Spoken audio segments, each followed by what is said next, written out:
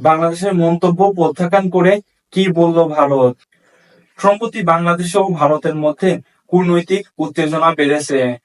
বিশেষ করে ধানমন্ডি ৩২ নম্বর বঙ্গবন্ধু শেখ মুজিবুর রহমানের বাড়িতে ভাঙচুর ও অগ্নিসংযোগের ঘটনা, ভারতের প্রতিক্রিয়াকে কেন্দ্র করে এই ঘটনার পর ভারতের পররাষ্ট্র মন্ত্রণালয় একটি বিতর্কিত দিয়ে উদ্বেগ প্রকাশ করে এবং বাংলাদেশের শান্তিপূর্ণ ও অন্তর্ভুক্তমূলক পরিবেশ বজায় রাখার আহ্বান জানায়।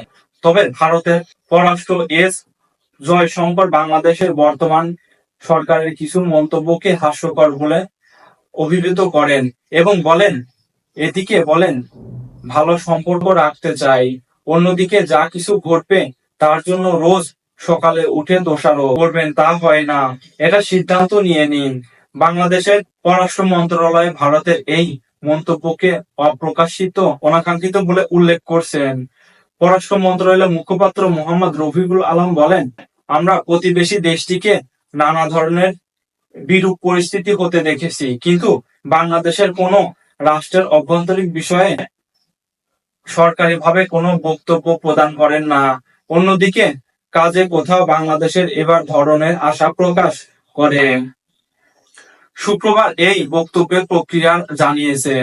ভারতের পররাষ্ট্র মন্ত্রণালয়ে তাদের ফেসবুক পেজে এই বিষয়ে একটি বিতর্কিত পোস্ট হওয়া সংবাদ মাধ্যমের পোস্টের জবাবে মন্ত্রণালয়ের মুখপাত্র রণধীর জয়সওয়াল বরাবর দিয়ে বলে, হয় পশ্চিমবঙ্গের ঘটনা বাংলাদেশের পক্ষ থেকে কড়া মন্তব্য প্রত্যাখ্যান করছে ভারত।